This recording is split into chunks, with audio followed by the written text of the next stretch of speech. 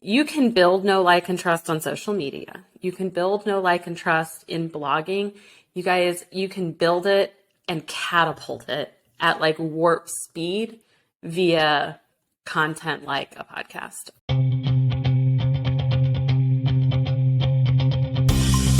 Welcome to the Serendipitous Rebel podcast. I'm Wendy. And I'm Krystal. This podcast is for the adventure-loving, purpose-driven, action-minded, authentic, and rebellious entrepreneurs. Just like us. And just like you, we are trying to figure shit out. So join us as we talk about business and life and everything in between.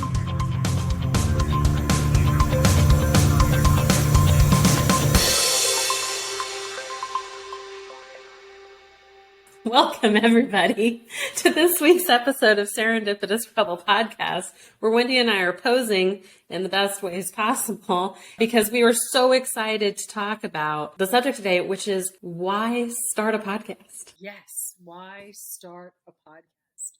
We're also using or testing new software. So that is also causing us a bit of humor that you cannot see, which is one reason to start a podcast is that you could do whatever you want behind the camera and no one ever gets to see it. They just hear your voice. No, I'm just kidding. It's really such an interesting topic and one that we've been, or actually, should we start off by saying we're like super excited because one of our clients just launched their podcast yesterday. Woo! Yes, Woo, yes. woo. And it really got us thinking and talking that, a podcast is an incredible way to get yourself in, I guess, like the purposeful pivoting frame of mind. Yeah. I like to think that purposeful pivoting really is figuring shit out. Yeah, it is. Because when you create this podcast, when you launch, you're really committing to showing up weekly. And it's not like social media where you can fill it with just a pretty picture and a half-assed caption.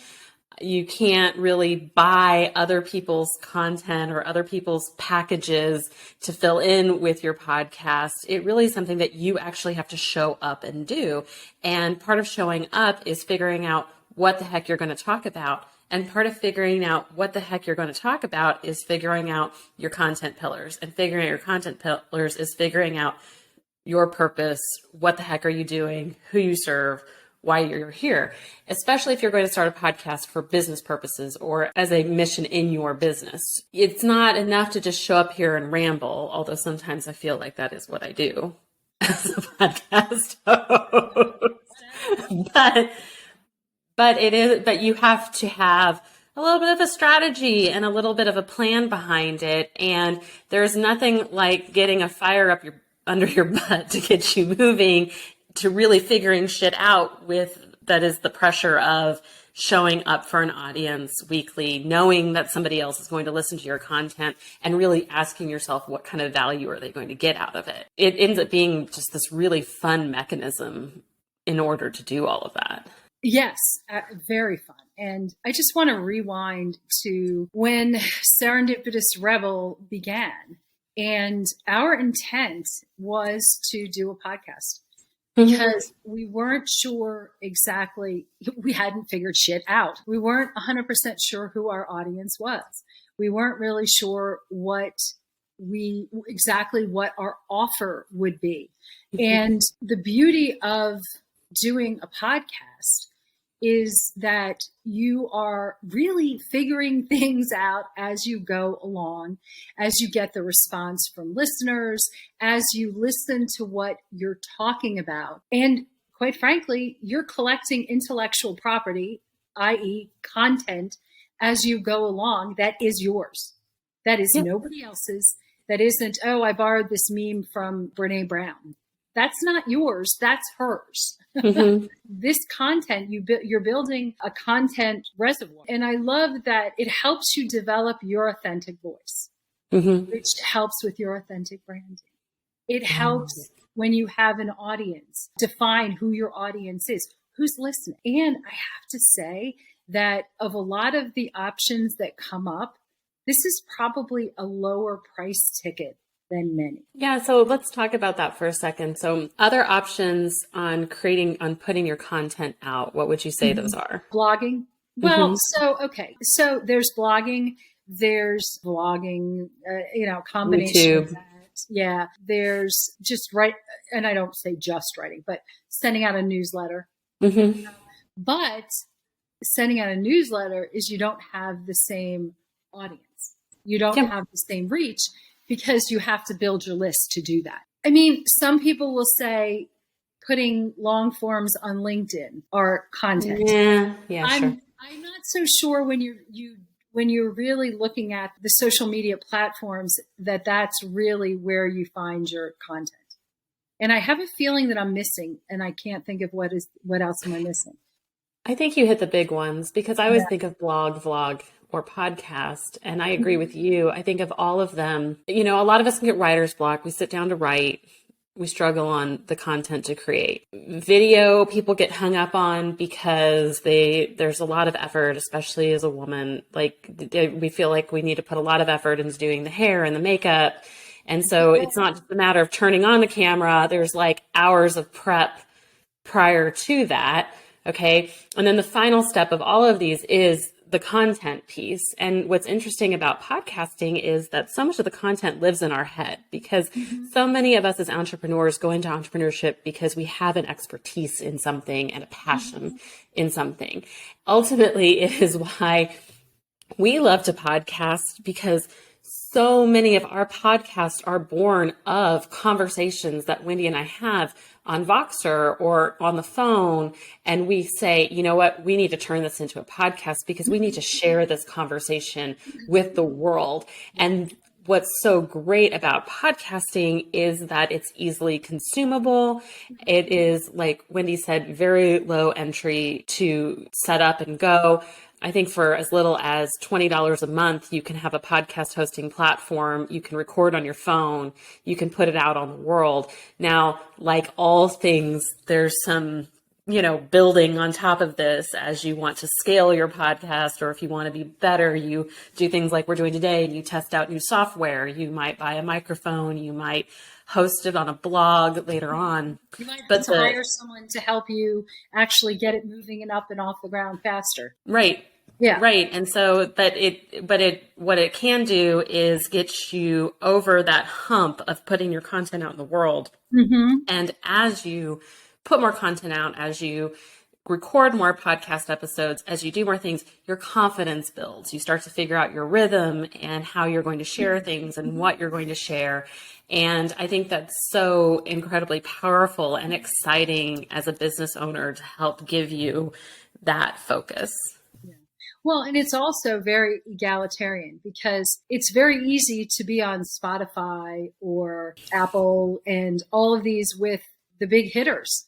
Mm-hmm. You're right alongside, again, Brene Brown's of the world in terms of your podcast and your message. That's really powerful as well. And especially now, it seems to be a really good time where the playing field is level. Like once there was a time when like Facebook was a level playing field. Mm-hmm. And the little guys could compete with the big guys. And sometimes the little guys could even come out ahead. It's really not like that anymore. No. Not to mention, you don't own your Correct. Most of us think, oh, well, we said it, it's ours. The fine print is not quite like that. Exactly. So if you put things in a podcast, this is yours. This is yours. And you can repurpose it and do it with it, whatever you want in the future. And, the one thing it's one of those things that you can roll over in the morning and say, I have an idea. I'm not sure what it is. I want to work with entrepreneurial women. And I'm not really sure. I want to figure it out. Your podcast becomes your journey. It becomes your story.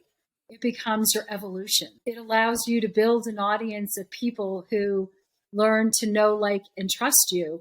So when you're ready to launch something, when you're ready to create, whether it's creating a retreat, or when you're ready to coach or consult or whatever it is. So until you're ready to do whatever it is you ultimately want to do, and sometimes it actually is instrumental in helping you figure that out. I think that that's really absolutely phenomenal. I look at our evolution, and the podcast has been such an incredible part now of our journey. It's conversations with each other. It's conversations with other people.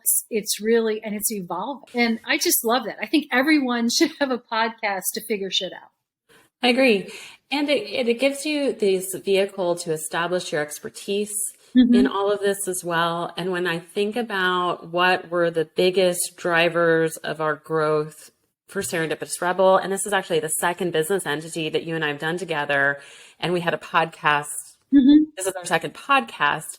And a lot of the success of our previous business was driven from the podcast, was because the podcast builds now and then know, like, and trust. It brings new people into our world. It's a list building tool. It helps grow our reach. It helps give us brand recognition. I know that I actually had a potential client call with somebody, and I asked them, how did you find us? She says, well, I've been listening to your podcast for years, and I just love you and Wendy. I think that you guys are so great. And I chuckle. I mean, we are great. Don't get me wrong. But, it's hard to remember that when you're an entrepreneur working solo by yourself, that there are other people out there that might think that you're as great as we think each other are.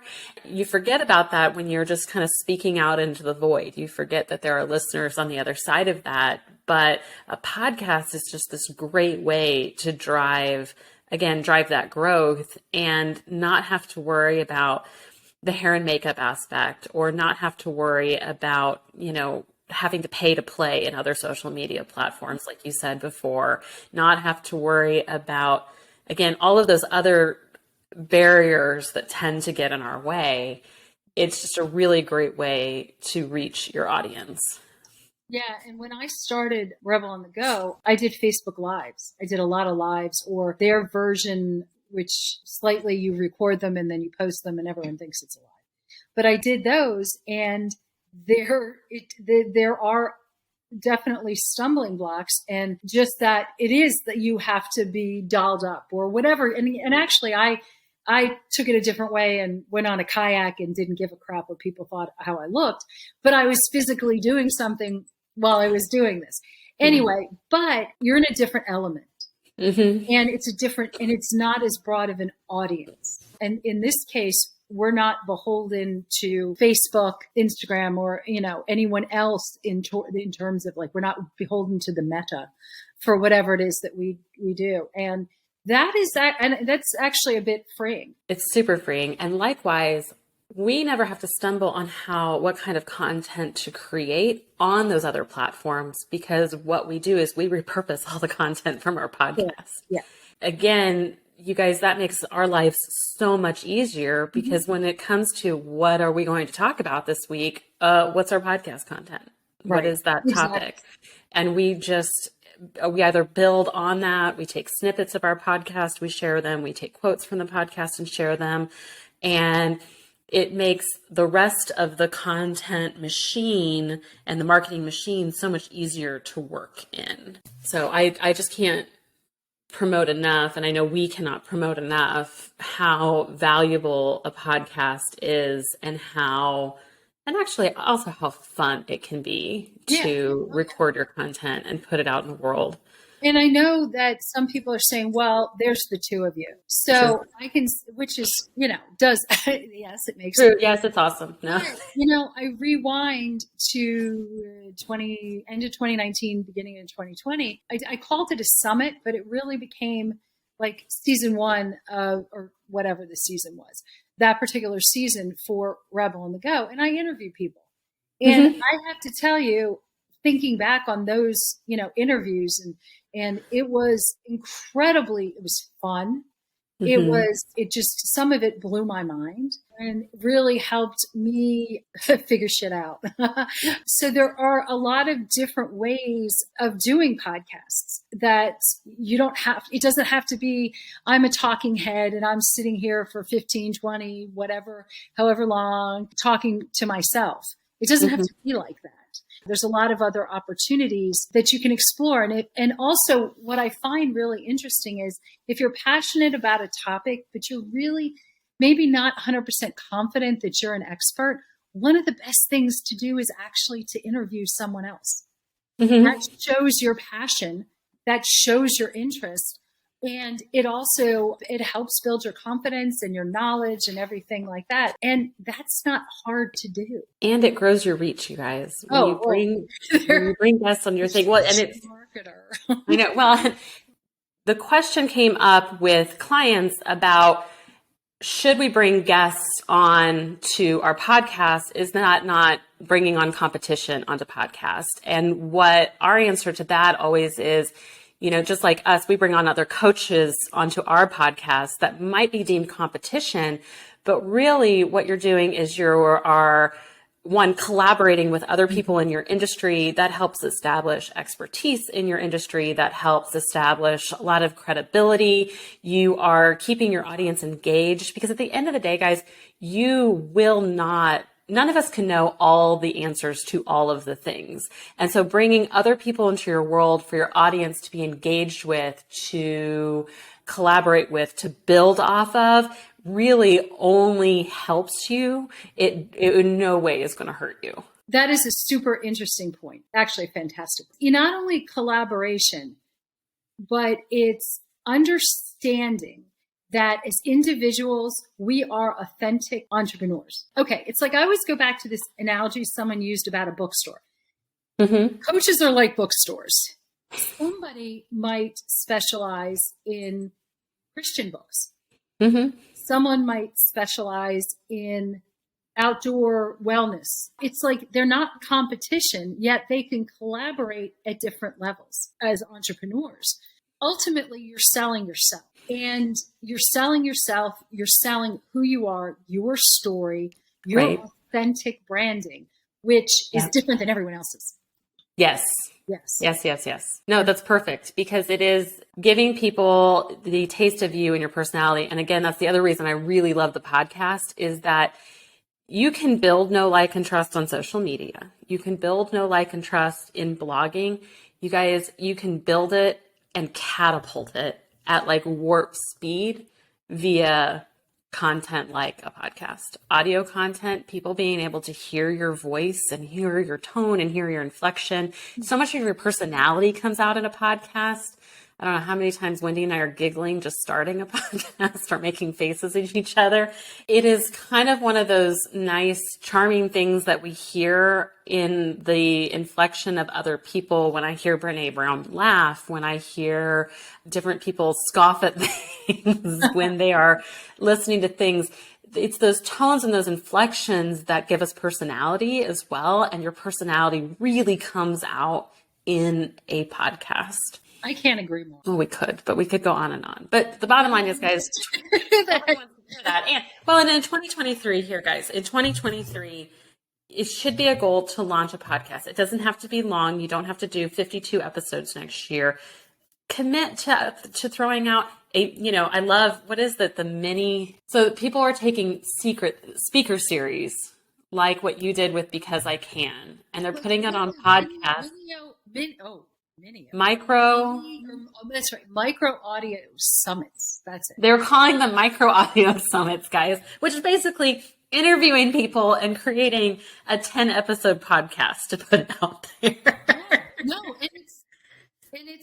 I think it's a great way for people to get boost, especially confidence, content, confidence, and brand clarity. Ooh, and collaboration. And exactly.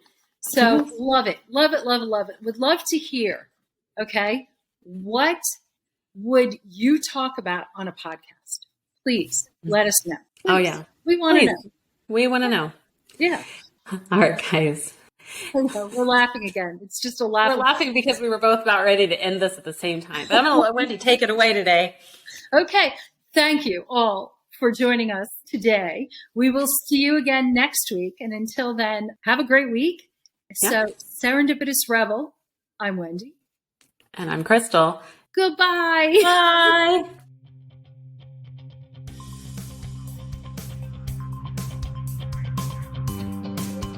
Thanks for listening. Be sure to subscribe and leave us a rating. But only if you liked it. Otherwise, just keep it to yourself. You can learn more about our upcoming masterminding opportunities on our website at serendipitousrebel.com. And if you have topics you'd like to hear about, be sure to submit them on our website or DM us on social media. Hey, see you next week. Bye. Bye.